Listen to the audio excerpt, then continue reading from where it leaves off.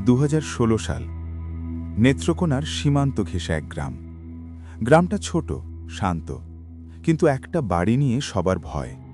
হাসিনা খালার টিনের ঘর। ঘরটা এখন ফাঁকা, কিন্তু জানালার ভেতর সবসময় ঝুলে থাকে একটা কালো কাপড়, কারণ ভেতরে একটা আয়না আছে। ওই আয়নাটা কেউ খোলে না। হাসিনা খালা ছিলেন ধাত্রী, গ্রামে ডেলিভারি করাতেন, কিন্তু লোকজন বলতো উনি শুধু বাচ্চা জন্ম দিতেন না, আরও কিছু জানতেন। তার ঘরে একটা বড় পুরনো আয়না ছিল, কাঠের ফ্রেম, পেছনে লাল সুতো পেঁচানো। কেউ সেই আয়নার সামনে দাঁড়ালে নিজের প্রতিবিম্ব একটু দেরিতে নড়ত। একবার এক গর্ভবতী মহিলা শিউলি রাতে ব্যথা পায়। হাসিনা খালা যায়। ডেলিভারি শেষে শিউলি দেখে ঘরে একটা আয়না রাখা, তাতে তার বাচ্চাকে দেখা যাচ্ছে, কিন্তু বাচ্চাটা আয়নায় চোখ খুলি তাকিয়ে আছে। বাস্তবে সে ঘুমাচ্ছে। শিউলি ভয় পেয়ে আয়নার দিকে তাকায় না। 2 দিন পর বাচ্চা মারা যায়। ডাক্তার কারণ পায় না। লোকজন বলতে শুরু করে হাসিনা খালা নাকি আয়নায় ছায়া ধরে রাখে। কেউ মারা গেলে বা জন্মালে তার ছায়া নাকি আয়নায় আটকে রাখা যায়।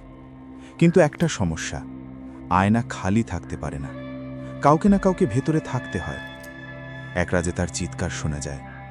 দৌড়ে গিয়ে লোকজন দেখে ঘরের দরজা খোলা, হাসিনা খালা মেঝেতে, মুখ খোলা, চোখ আয়নার দিকে স্থির। আয়নাটা তখন খোলা, কালো কাপড় মেঝেতে। লোকজন দেখে আয়নায় হাসিনা খালা দাঁড়িয়ে আছে ভেতরে, কিন্তু তার পেছনে দাঁড়িয়ে আরেকটা লম্বা ছায়া। সেদিন থেকেই আয়নাটা ঢেকে রাখা হয়। 2020 সালে শহর থেকে আসে রিদওয়ান।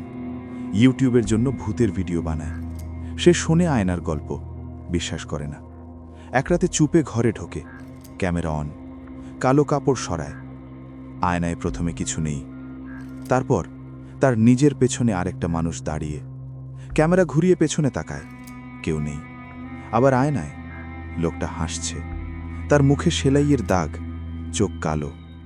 রিদওয়ান দৌড়ে বের হয়। পরদিন থেকে রিদওয়ান বদলে যায়। আয়নার সাথে নিজের কথা বলে, মাকে বলে ওরা আমাকে চেনে। ঘুমের মধ্যে উঠে দাঁড়ায় আয়নার সামনে। একদিন তার মা দেখে রিদওয়ান আয়নার সামনে দাঁড়িয়ে, কিন্তু আয়নায় তার জায়গায় হাসিনা খালা। গ্রামের পুরনো কাগজে পাওয়া যায় ব্রিটিশ আমলে এখানে ছিল রোগীর ছায়াবন্দি করার এক লোক। লোকটা নাকি আয়নায় মানুষের জীবন শক্তি ধরে রাখত। হাসিনা খালা তার কাছ থেকে শেখে। কিন্তু আয়নায় যারা যায় তারা একা থাকে না, ওখানে আগে থেকেই কিছু থাকে। রিদওয়ান হঠাৎ চিৎকার করে, আমাকে ঢুকতে দে। সে আয়নার দিকে দৌড়ে যায়। লোকজন ধরে, কিন্তু আয়নার ভেতর দেখা যায় রিদওয়ান ভেতরে দাঁড়িয়ে হাত বাড়িয়ে আছে। বাস্তবে তার শরীর পড়ে যায় মেঝেতে। শ্বাস আছে, কিন্তু চোখে কেউ নেই। আয়নাটা নিজে নিজে কালো হয়ে যায়।